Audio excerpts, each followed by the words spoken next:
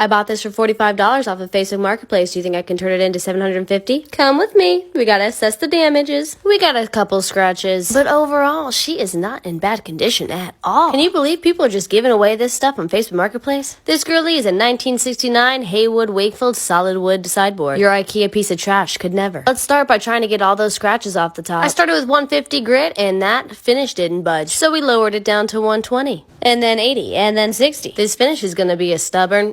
like me. She must be a Taurus. This sanding had me sweating. Look, the sweatshirt's already off. We finally made some progress with 80 grit sandpaper, but that means we gotta come all the way back up the grits. Look at that bare beauty. She's clean, but she's not smooth. But don't worry, we're gonna turn this wood into glass. To make sure that I'm gonna get an even sand, I'm writing on the wood with a pencil, and then I'm gonna sand it off at each grit. I left you a little hidden message. Comment if you can read it. Since the last grit I used was 80, we're starting with 120 grit. Once you've removed all the pencil marks at one grit, you go to the next. Next up, 150, 180, then 220. This helps to ensure that your stains can absorb evenly and sand away any swirl marks that's left over from lower grits. Once I finished up with the 220 grit, it was ready to stain. Because we suspected that this wood was maple, I'm using a preconditioner before I go in with the stain. Porous woods don't like to accept stain evenly, so we're giving ourselves the best odds. Because we're going to be using an oil-based stain, I'm using an oil-based wood conditioner. Let's let that sink in while I talk about water-based stains. They look like brown poopy paint and I hate them. That's all. Let's stain this piece. You like how Dad's standing in the background just to make sure I don't F things up?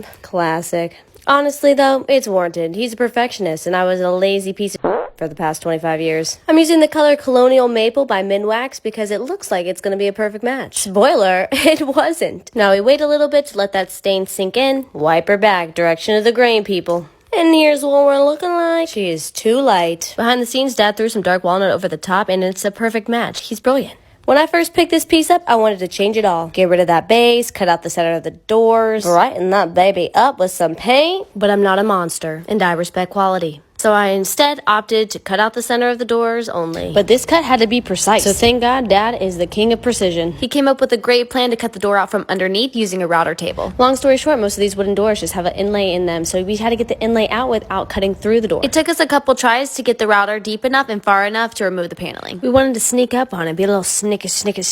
It took 4 attempts, but we got there. Wow, look at that success. You'll love to see it. Now we just have to clean up those edges to make it look professional. Dad's scooting it back through the router table just to clear any extra bits. Oh yeah, and I brought out this fancy tool for around the corners. Now let's fill that giant hole we just created. I drew up a nice warm bath. We're gonna let that soak for 30 minutes and get all loosey-goosey. Have fun in there. Not too much fun though. I'll come back for you later. Dad's already done some rough cuts for this trim, so while we're waiting for the cane webbing, let's stain these so they blend in nicely. I'm wiping on a light coat of dark walnut by Minwax. Dad used his pull saw to get rid of some length, and since the router table created rounded corners, we have to shape the end of our trim pieces to fit. So Dad whipped out the grinder and he's rounding the corners. Thank God Dad always accounts for my mistakes and cut an extra piece because I did this one up. But hey, we're learning. Normally for cane webbing, you need a channel and splicing. And you know what we don't have? A channel or splicing. But we do have the brains of my father. Glue's too messy and we didn't think staples would hold. So instead, we are pre-drilling our holes and we are going to wrap this cane around the trim. Dad enlarged the holes to make room for the head of the screws. Now let's see if we can jam this cane in there. We lined up the first trim piece, double, triple check that thing is straight. If it's not, the whole thing's gonna look like garbage. We ended up using some clamps to hold the trim while we screwed it into place. Wow, it's looking nice. Once it was screwed in, we just had to cut back the excess cane. Since this piece was in such good condition, I was not about to strip it all down.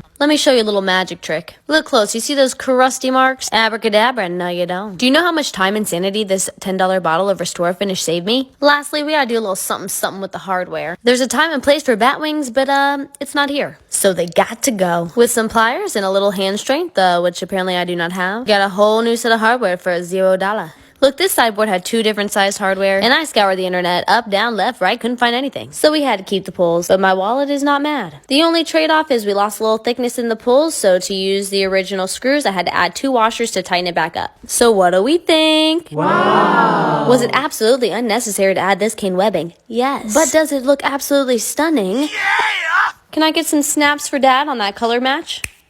Excellent. Look at how professional the inside of this door looks. Haywood Wakefield, just hire me already. Ba-da-ba-ba-ba. I'm loving it.